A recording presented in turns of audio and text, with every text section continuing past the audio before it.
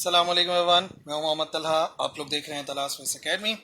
आज second year physics के chapter number 17 यानी कि एडवेंट ऑफ मॉडर्न फिजिक्स के एमसीक्यूज की प्रैक्टिस करने वाले हैं। इंपॉर्टेंट एमसीक्यूज जो चैप्टर नंबर 17 से आ सकते हैं उन्हें आज की वीडियो में हम डिस्कस करेंगे। So starting with question number 1, minimum energy required for pair production is.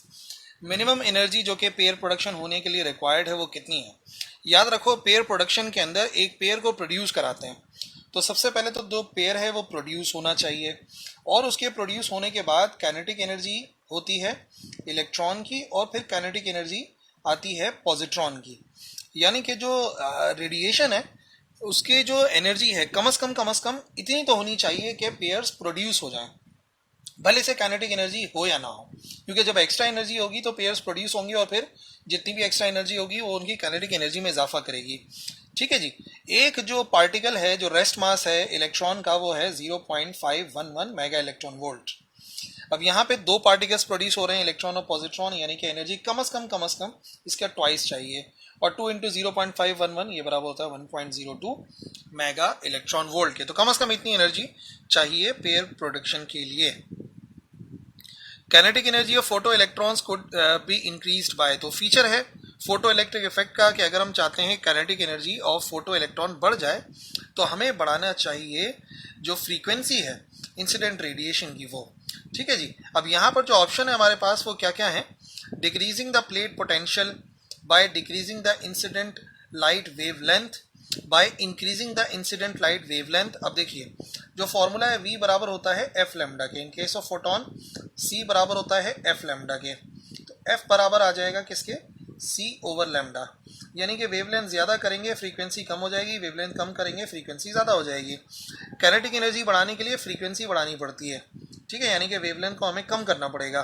तो अगर हम डिक्रीज कर देते हैं इंसिडेंट लाइट की वेवलेंथ तो ऐसा किया जा सकता है, kinetic energy of photo electrons बढ़ाई जा सकती है। स्टीफेंस बोल्ट्जमैन लॉ के मुताबिक जो एनर्जी रेडिएट होती है per unit area in unit time वो होती है directly proportional to the fourth power of absolute temperature of the black body.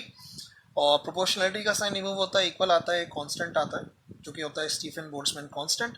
Correct answer होगा T टू दी पावर 4। मुख्तलिफ तरीकों से पूछते हैं ये वाला multiple choice question.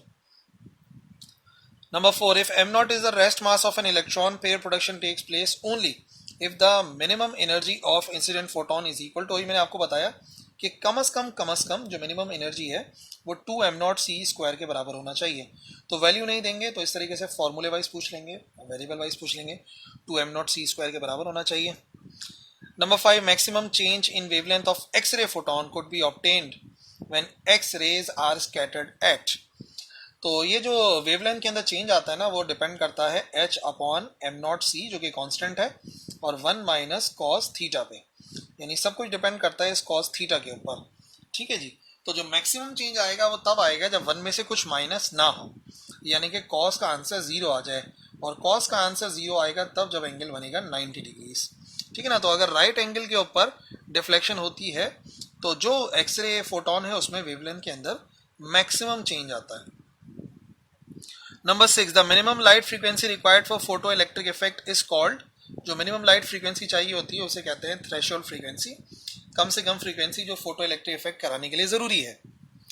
The formula for the momentum of photon is, अब मोमेंटम ऑफ फोटोन जो है वो डी ब्रॉली हाइपोथेसिस के जरिए फाइंड किया जाता है, जिसके मुताबिक लैम्डा बराबर होता है H अपॉन mv के, और mv जो है वो मोमेंटम है।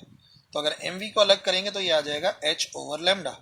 mv बराबर होता है किस चीज के, मोमेंटम के होता है, P is equal to H over lambda, H over lambda, this one.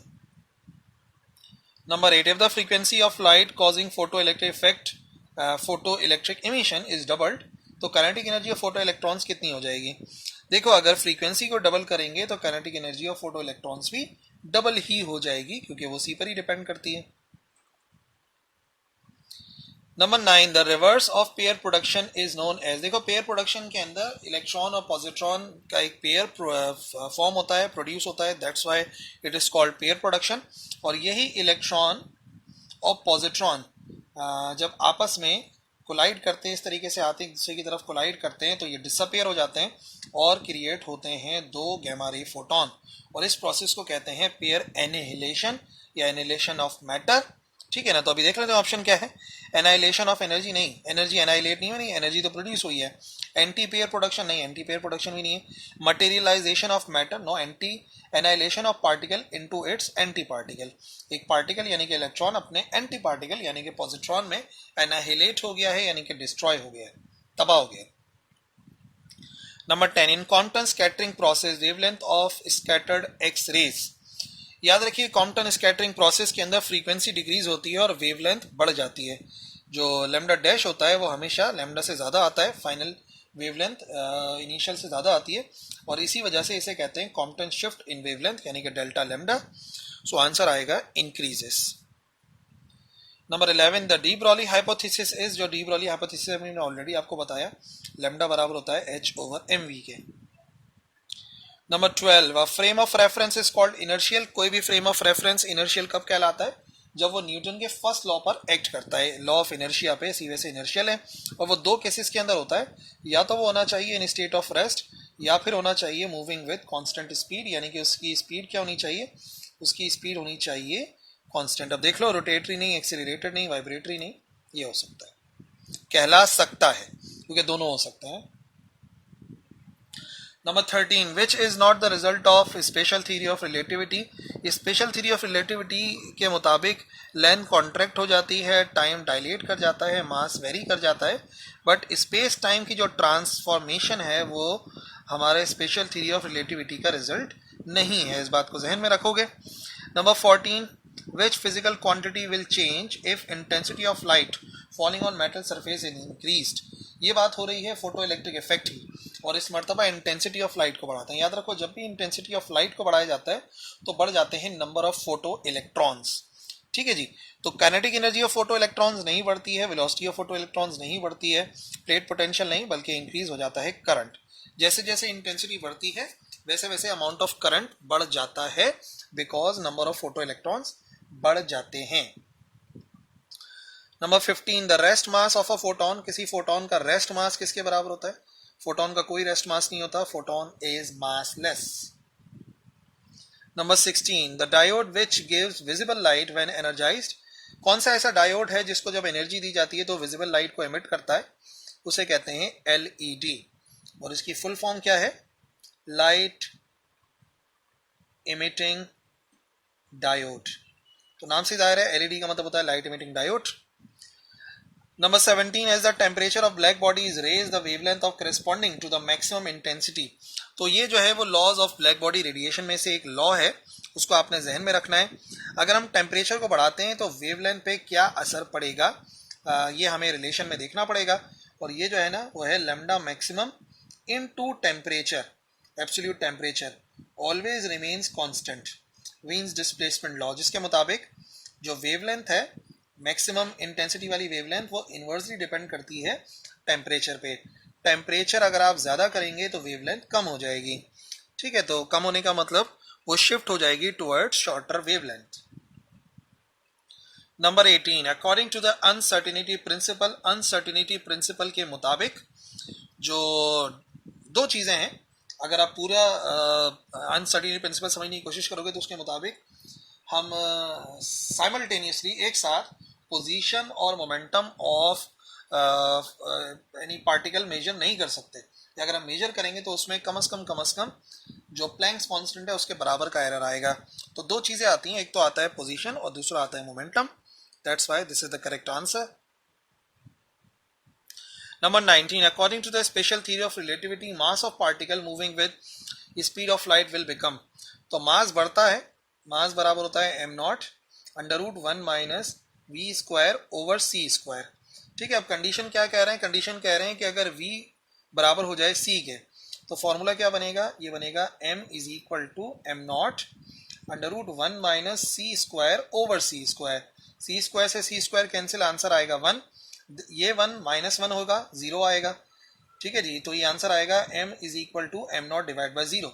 कोई भी वैल्यू अगर 0 से डिवाइड होती है तो आंसर आता है इनफिनिटी। तो ऐसी सूरत में जो मास है वो इनफाइनाइट हो जाएगा। कोई भी पार्टिकल अगर ट्रेवल करता है with the speed of light तो उसका मास इनफाइनाइट हो जाता है। Number 20, the mathematical expression lambda max into T. अभी मैंने आपको बताया इसका नाम This is called Wien's displacement law. 21.